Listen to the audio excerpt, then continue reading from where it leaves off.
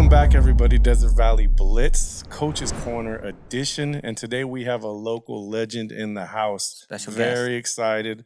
The godfather of Palm Desert Aztec football, Mr. Coach Blackburn. Thank you for coming in. Yeah, welcome.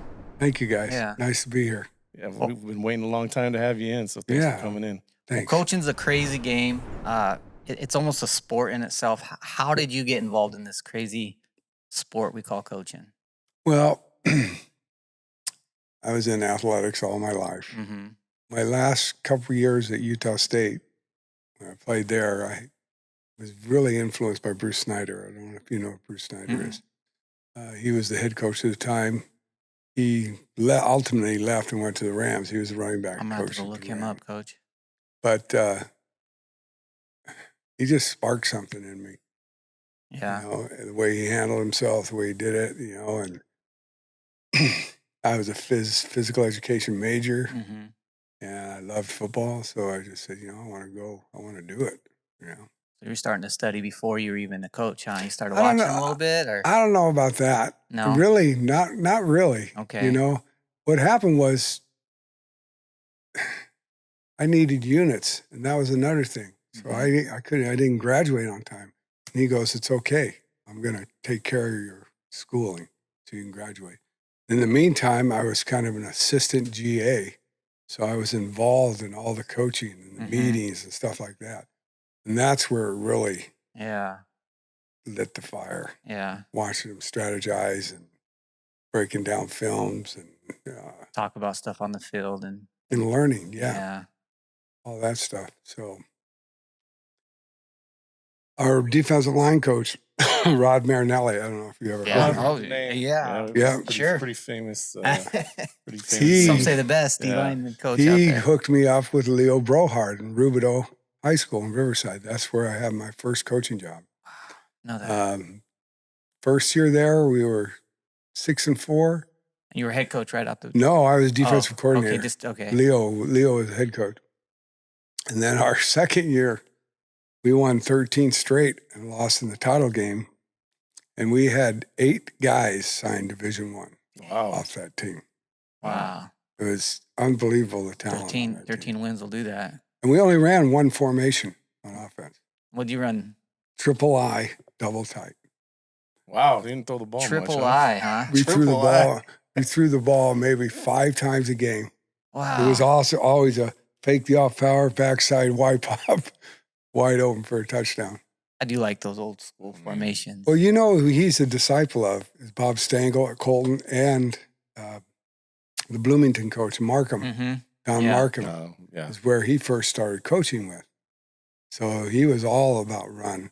Back then, everybody yelled the toss power. You guys do it. I love it. It's my favorite play. Well, everybody football. back then thought it was a sweep. Yeah. So they're all overrunning it. Overcommit. And we just cut back. Yep. Yes. Yep. I love it. Tailback goes to Oregon. The fullback goes to Utah. Tight end goes to Arizona. And then over on defense, we had 26 interceptions on defense. And I ran 2 coverages, 3 and cover 1. Huh. I just let them play football. Yeah. Both corner to Colorado, corner to SC. Wow. It was just nose guard to Colorado. It was ridiculous. I'm a big fan of keeping it simple on defense. Yeah. Just let them Especially play. if you got great athletes. They know how to play football. Yeah. They know what it looks like. So, yeah. Well, that helps having great athletes. Right? Yeah. Makes you a much better coach. Yeah. I learned that later. Yeah. Right? Yeah. You learn from the guys that you assist. And he taught me one thing that stuck with me my whole career is if you want your players to play for you, they got to respect you, and you got to be the first one in the locker room and the last one to leave. Yeah, that's true. They got to trust you. And when they see you like that, then you can coach them hard. Yeah. You can get in their face a little bit. Because they do trust you. Yeah, they trust you. You're for them. I love that. Yeah. Yeah. So taking you back a little bit, you were a great athlete yourself. We don't want to sell you short. You were recently inducted into the Hall of Fame at your high school. So for 2 sports, correct? Yes. So why you were great at basketball, but why football? You kind of you could have done both. Why'd you pick the game of football? What was the love affair with football? Well, basketball I had a good couple years, 17 points, 12 rebounds. But, I was only 6'3", 6'3 and a half. At the college level, you better be 6'5", 6'6". Yeah. Football, I excelled at it. What I really regret, to tell you the truth, is I didn't stay with baseball. Because I was a really good baseball player. Baseball's and fun. I got into football and kind of took off. And actually, after my sophomore year, I quit baseball to focus on football. So A lot of athletes do that. Yeah. yes, specialize. Yeah. And Especially now. Yes, which I think is wrong. Right. I think the recruiters are looking for multiple sport athletes, correct? Absolutely. At least 2 sports you got to play. At least. Hopefully they don't overlap. Yeah. But I never told a kid not to play other sports because I was never told that. And it's the only time you get to play all those sports. Yeah. Once high school's over, it's hard to get on a basketball team. And if you happen to go to a college, they're not going to let you go to another sport. Mhm. Yeah. Yeah. So Let them have fun. becomes a business at that point. Yeah. In college. Yeah. So after high school, where did your playing career kind of take you? Which was Utah State, correct? No, No? I had a full scholarship to Notre Dame. Notre Dame, Fighting Irish. Yeah. Wow. Okay, Yeah. tell that story because that's pretty impressive. I mean, that was when Notre Dame was Notre Dame, like They were number one defending team, national champs in the country. I mean, well, I'll tell you the story. And I was so naive back then. So I pretty much let my coach handle everything. He took me up on a baseball field and he goes, Pat, where do you want to go? And I didn't even think about it. He goes, where do you want to go? He goes, gosh, coach, I don't know. He goes, well, here's who's offered you so far. Washington, Arizona State, USC, UCLA, and Notre Dame. wow. And I go, that's quite a sheet. and I said,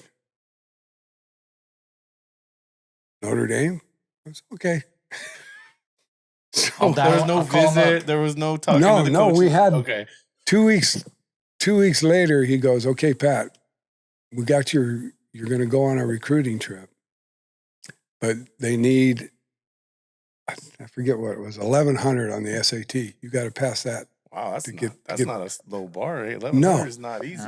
So I go, okay, coach. He goes, well, we've got 3 weeks, so we're going to give you a tutor. So, I mean, every morning before school, I was with the tutor, do. The recruiting thing comes up. I fly out there. Of course, Friday night, my host takes me like 2 different parties. I didn't drink, because and I got a haircut for the whole thing, the whole shot. Go. So the next morning, get up, take the SAT test. Now, this is where it gets very sketchy. I take the test. I go to lunch, watch a highlight film. He goes, okay, we're going to take you into Coach Parsegian. I take him in. He goes, congratulations, you passed the test. I'm going, at the time, I'm going, great. But now I think about it takes like 5-6 weeks to get your test back. Right. They had it graded in 2 hours. You were done on time. Yeah. I'm going, okay. Now I'm going, I think that was a little fishy. Maybe he was talking about the night before where they tried to take you to 2 parties and you didn't drink. Maybe that was the real test. I don't know, but we're doing little things a little differently back then, huh? Just keeping you so eligible. Of course I said yes. And I was recruited as a tight end. And our offense in high school, we averaged 6 points a game. Now, average 6 points a game? Yeah, but our defense is strong. we gave up 2 points a game. Wow. That's like a baseball score. We went through our whole schedule. Back then, you only had 9 games. 1 touchdown. Wow. In 9 games. That's impressive. 1 touchdown. Then about 5 field goals. It's pretty dominant defensive performance. But we had no offense. Everybody wanted to go play defense. And our whole front 7 got D1 scholarships. But anyway. That's a beast. So I went to Notre Dame. In retrospect, it was too far away from home for me. Mm-hmm. Not to say that I was a homesick. Yeah. But you're young. But I was. Yeah, you're young. When you're from California, you go to that Indiana that first winter in Indiana is like shocking, right? I mean, and even the summers are so humid. But anyway, here I am going in here, the defending national champs, and my coach put a lot of pressure on me. You know, he made it sound like the only reason I got the scholarship was because of his recommendation, and that, you know, don't embarrass me up there and blah, blah, blah, and blah, blah, blah.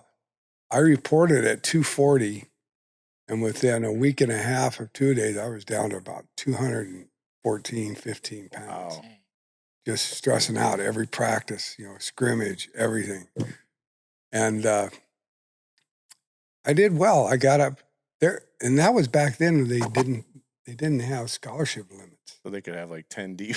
Yeah. It's Notre Dame too. There was Yeah. 136 guys on Wow. full scholarship. 136 guys. On So I walk scholarship. into the locker Man. room, I look at the depth chart over, and then they switched me to defensive end in the middle of summer. I don't know if you guys remember this. It was national headlines. There was 4 football players going to summer school. Back then, the only school they accept transfer credit was from Holy Cross, where Rudy went. Yeah. Mm-hmm. So you had to stay and go to that school. Well, these 4 guys sexually assaulted a girl in the dorm. 3 of them were defensive ends. So they called me in the middle of the summer, said, "You're now a defensive end."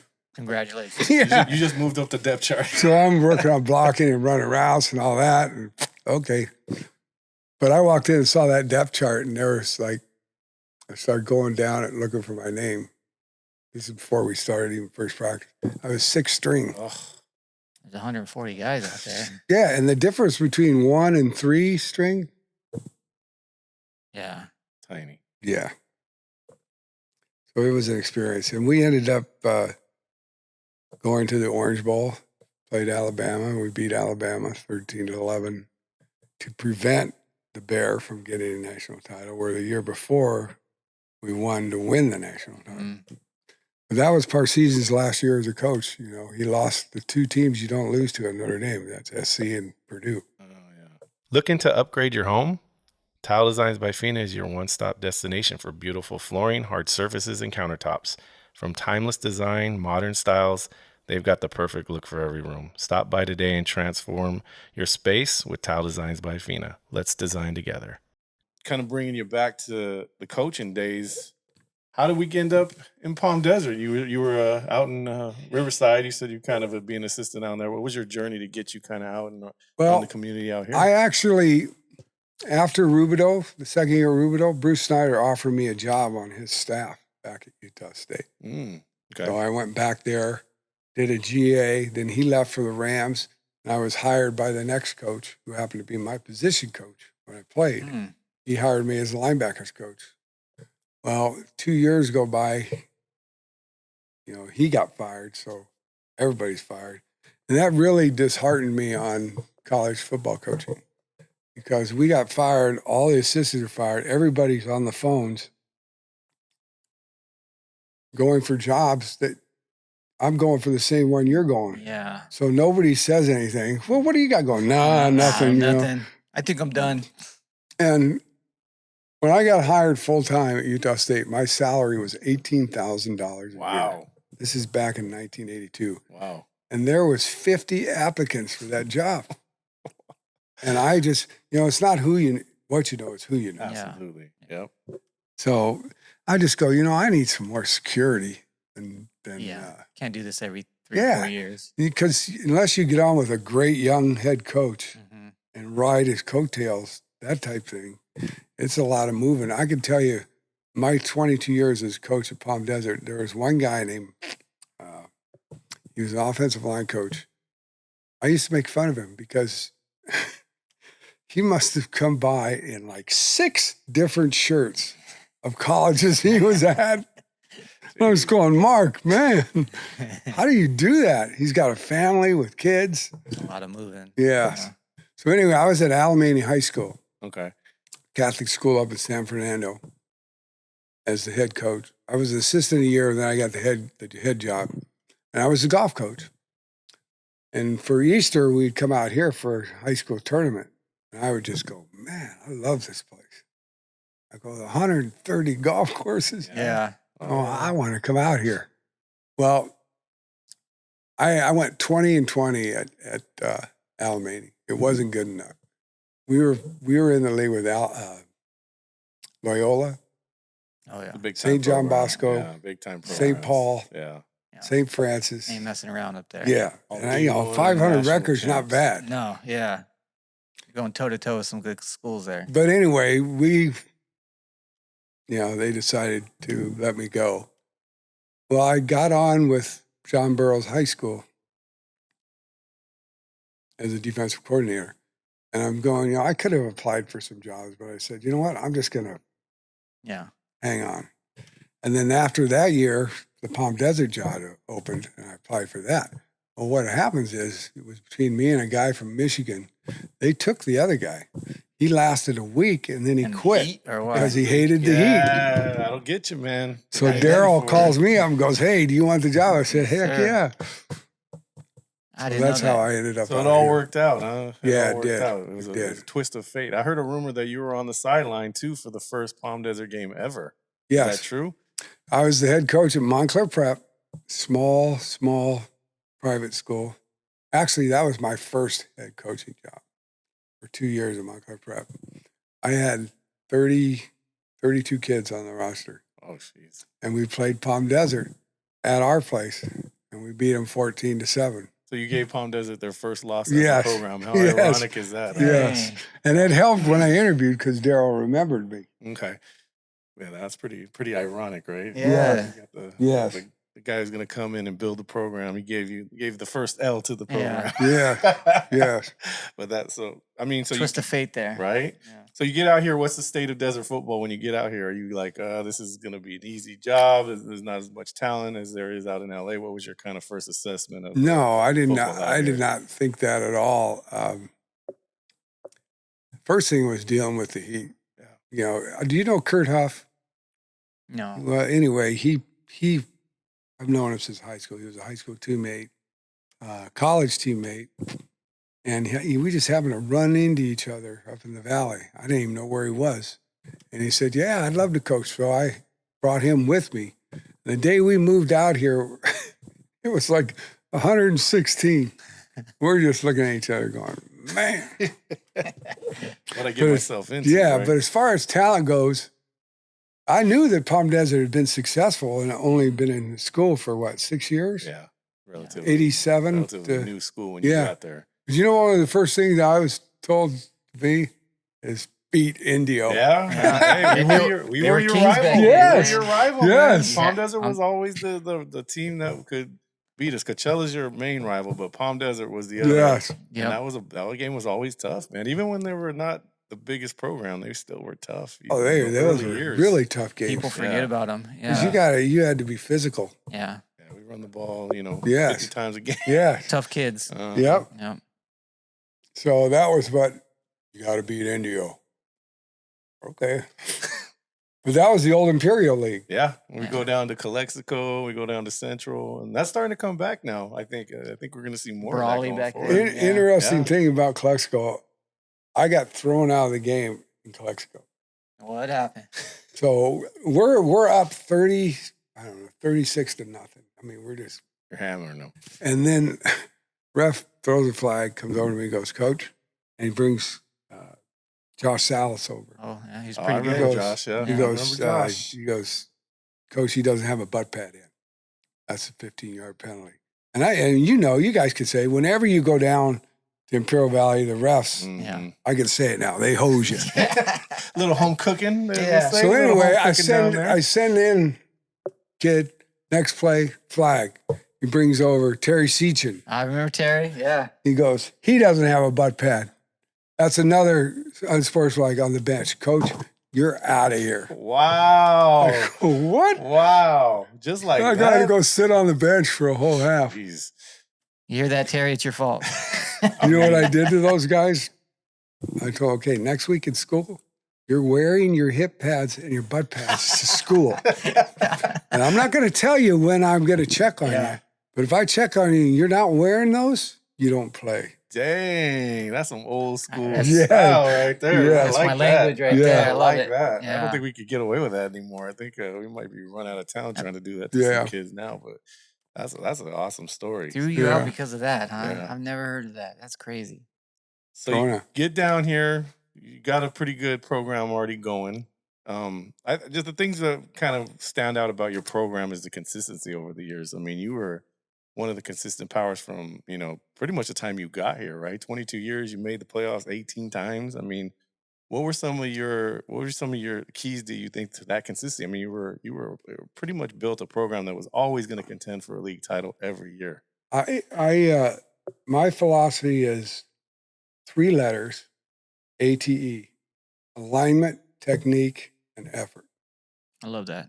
So if you can get everybody on that field aligned properly, Mm-hmm. using the technique they've been coached to do, not what they think is right, Mhm. and then effort. And that carried us a long way, being fundamentally sound, because we never had the biggest, fastest guys year after year. Yeah. So I think that set us apart as far as being coached.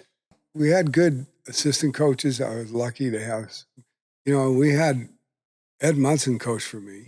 Did he really? Yes, and so did. That was my head coach at so- Indio. You I didn't know poached him that. from Indio, huh? And so did Rivness, Dave was a- Rivness. Munson was a very good offensive mind, man. That guy was like a I mad loved scientist. it. I with the loved Ed. offense, man. Ed was awesome. Yeah. So that's how you got Bubba over there. Yeah, Yeah, I didn't know that. Dave Rivness, Munson, and also Rick Holman. Oh, you took the whole crew. You took the whole band over there. No wonder Yeah. we were losing Yeah. all our games. You took all our staff. Yeah, I man. know. You weren't messing around. Beat India, okay. You're poaching all our guys, man. I mean, that's a core of our. When I Same. got to the school, that was the core of the coaching staff. Right there. So no wonder we kind of. So, at one time or another, those guys came over.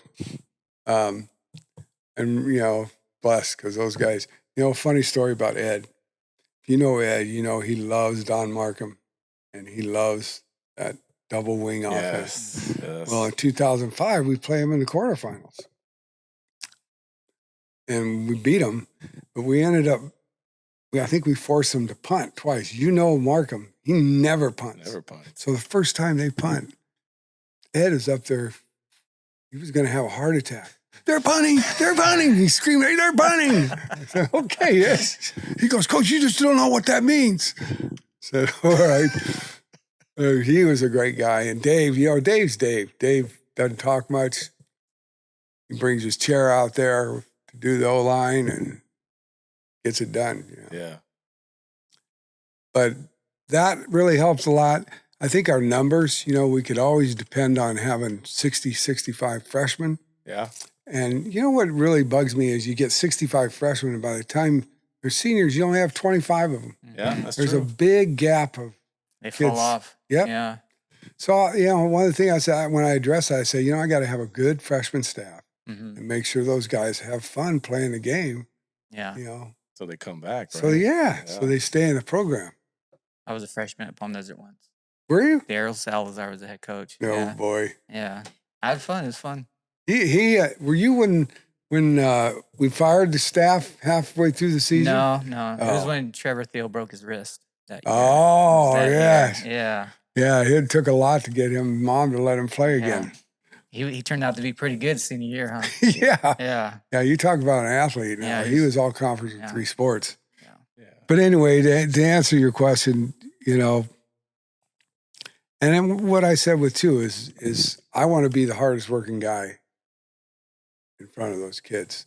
So it breeds off of them, and they're, Such And they an work. example. if you can get a kid to run through a wall for you Mhm. that wants to win for themselves, but also wants to win for their coach. Yeah. That's huge. Yeah. Yeah. No. And you get 11 of them. It's hard to beat, right? Yeah. Get 11 on the Yeah. field at the same time. That's tough to beat. And there's a real art to that because not every coach can do that. No. They want to, but Yes. some coaches are better at that than others. Well, you have to walk your talk. Yeah. That's what kids, I don't know so much today. No, especially today. They're always gotta- questioning you. Today. yeah, you gotta walk your gotta- talk. You can't just talk it. You got to walk it. Yeah. Especially c- this generation. Like I said before, you have to earn the right to get in their face. And this is the other thing. I always told the kids, there's 2 things that I will get in your face for that is totally unacceptable. 1 is a mental mistake, and 2 is effort. Mm.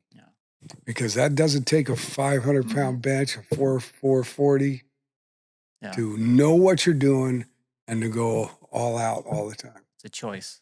Yeah. It's a choice. Tired of payroll headaches? iPay Solutions is your local payroll and HR partner right here in the Coachella Valley. From direct deposits to compliance, we handle the details so you can focus on growing your business. iPay Solutions, local, reliable, and built for your success. Got dirty carpets, tile, or furniture? Trust the Carpet and Tile Care Company, your family-run experts. We bring sparkle back to your home with top-notch cleaning services, reliable, affordable, and eco-friendly. Call us today. We can be reached at carpetcarrot.co. Phone number 760-773-5882. The really, really great high school players that I had, Palm Desert, went both ways and never asked to come out of the football game. Mm-hmm. Where They I didn't want to have, come out of the football No. game, right? like Kyle Kayberry, for example, Fantastic player. quarterback, safety, kickoff, Kicker. punter, Yeah. field goal. Never left the field. Jeez. And he never He's once, great at all of them, too. never once asked to come out of the game. And then you got another guy, he's only a one-way player. It's the first series. Yeah, I'm tired. I've run 5 routes. I'm tired. Yeah. I'm going, what? Yeah. Well, Coach, you've had some great players come through your program. I mean, you've had We mentioned a couple. I mean, like 50 into college and then 3 into the NFL. Well, in my college coaching, when I was doing linebackers, I had 2 guys go NFL from there. My first year at Utah State, I was a defensive line coach, and I had 3 guys go to the NFL from there. Wow. Okay. So, This is nothing new. This is nothing new. You get guys to the league, huh? And the other schools I'm at, I've had 2 tailbacks get scholarships to SC in my career. Pretty much every D1 school on the West Coast, I think I've had a kid that's gone there. Yeah. It's a great feeling as a coach. Yes.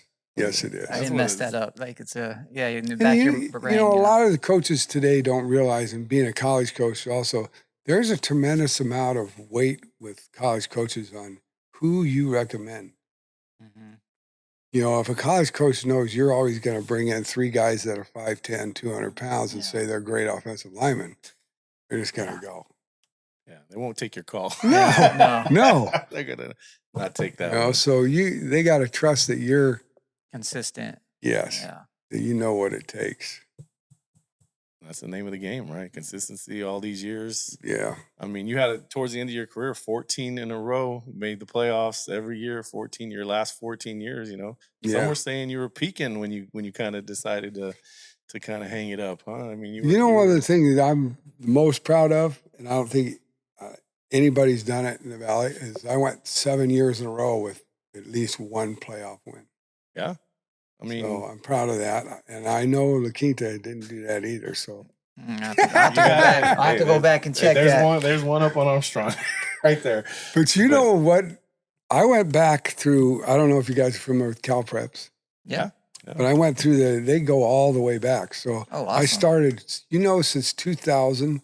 It was from 2000 to 2015 that Desert Valley, or what was the other league called? Oh, Desert Empire, went to the semis or the championship for 16 straight years. Yeah. I mean, you guys were perennial, like, semifinalists, quarterfinalists. Yeah. I mean, there was a stretch where didn't we have you guys in Palm Springs meeting a semifinal one year? Like 2007. It was the early 2000s. I mean, the DVL was the power of the Eastern Conference. I mean, we always had teams in the finals, and you were kind of part of that. It was like a 3-headed monster between you, Fabian, and Armstrong. I mean, one of you guys was going to be in the finals every year. So, I mean, that's a testament to, like, that was maybe kind of the golden era of coaching we had in this valley, like long-term guys that were building outstanding programs. I mean, that had to give you fits, preparing for them all the time. But, it's a testament to that era. Makes you better, though.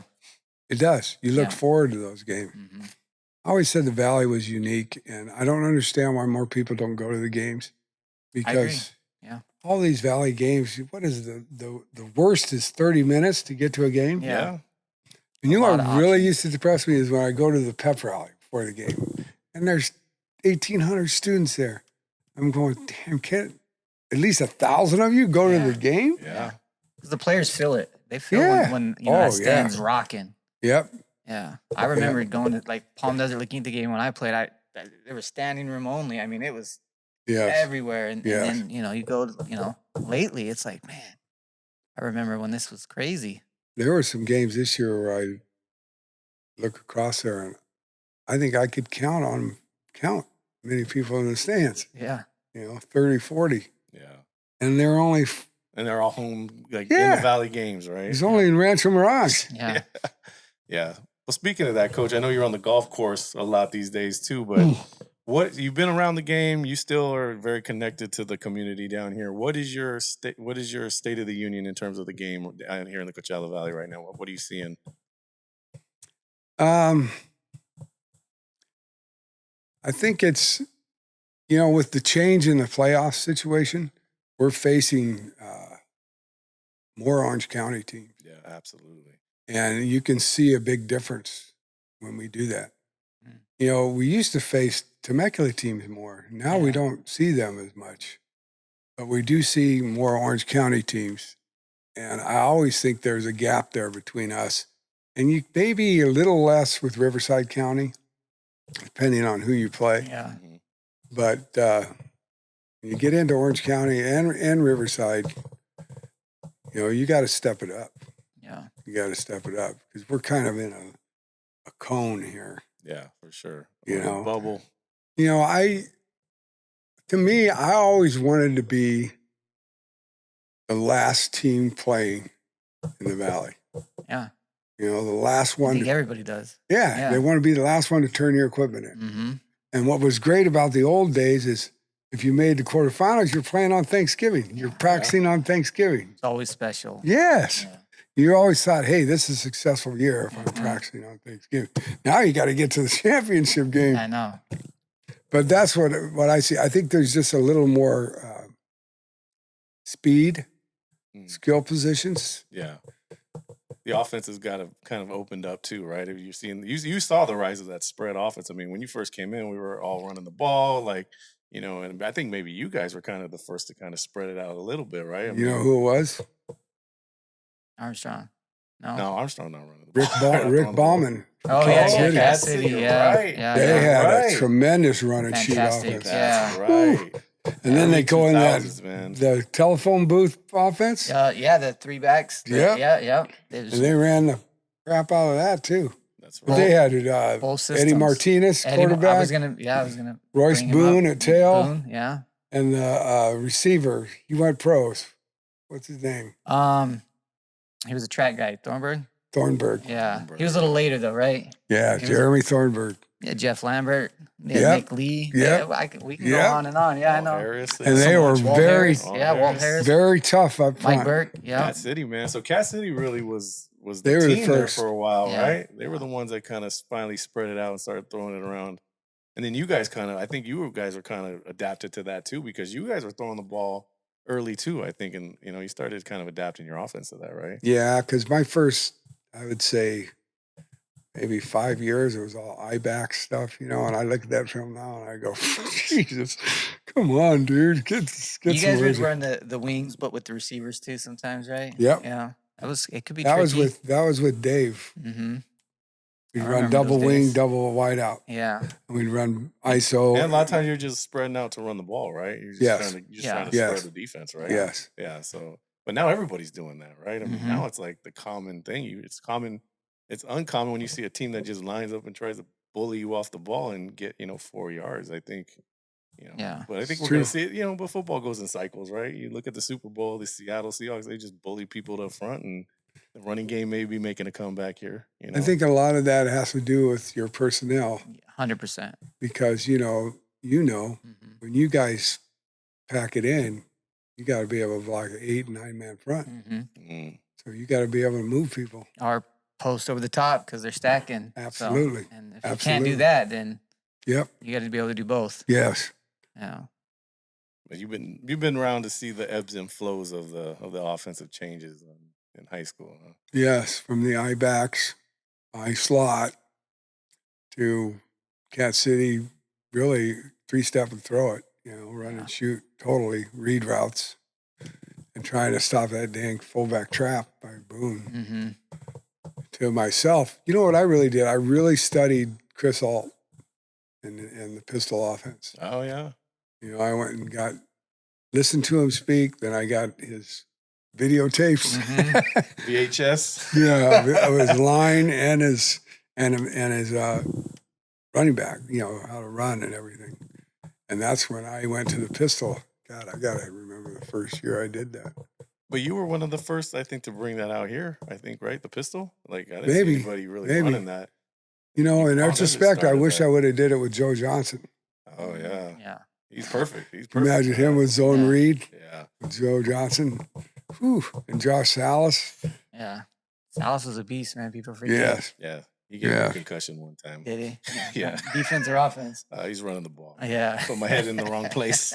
Josh Salas had one of the best all-time seasons ever Yeah. in the Valley his senior year. He's ridiculous. Yeah. He's a great player. Shout out to Josh. I know he's listening, man. Yeah. Shout out to Josh, man. Yeah.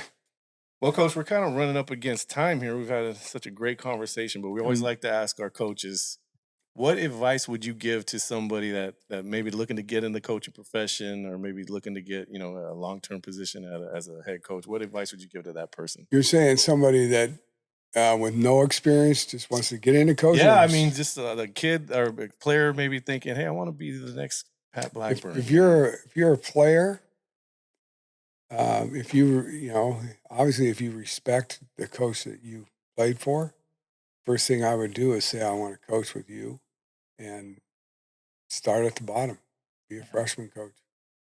You know, a lot of guys think that's a demotion, but you know, to me, my most important teams were my freshmen and my varsity, you know, because that's how you keep kids in the program. Right. And then just work your way up from that way. Study, you know, watch film, get training tapes. You know, everything's on Google now. Yeah. Learn your position and be willing to coach on both sides of the ball. Yeah. Don't just stick to one side of the ball. I agree with that. Yeah. Be open to everything, right? Just be a Yeah. sponge Get that get first get couple out of years, your right? get out of your comfort zone. You know, maybe you're a DB. Go coach the wide receivers or the running backs so you learn the offense. And big thing with the coach is be a man of your word. If coach tells you what's expected of you, be on time, be dependable, and be a team player. Never talk bad about the program. Yeah. That's a You big know, one. those are huge. Yeah. Be on time, dependable, don't backstab. Because you know, that happens a lot. And it gets out. Oh, heck yeah. And that will blackball you in a heartbeat. Mm-hmm. Then you'll never be able to work. I Yes. like that. Yes. Yeah. Well, Coach, you're a legend, man. You're a legend in our community, and we've been Thank trying you. to get you on the show. We're happy we Yeah. finally had you. All I'll have right. to have you back. We Yeah. could have got another hour. I feel. Yeah, we'll probably So, bring you back for the preseason to do the preseason show, and we'll get some more words. of Cool. wisdom. I'd love to do that. Yeah. All right. Well, thanks. That a lot. went fast, didn't Yeah, it? it goes fast. It does. It does. It does. But thanks a lot, Coach. Thanks You're for coming welcome. Thanks for having me. in. Well, if you guys found some value in that, you guys know the routine. Like, subscribe, and follow, and we'll see you next time on Desert Valley Blitz. Peace.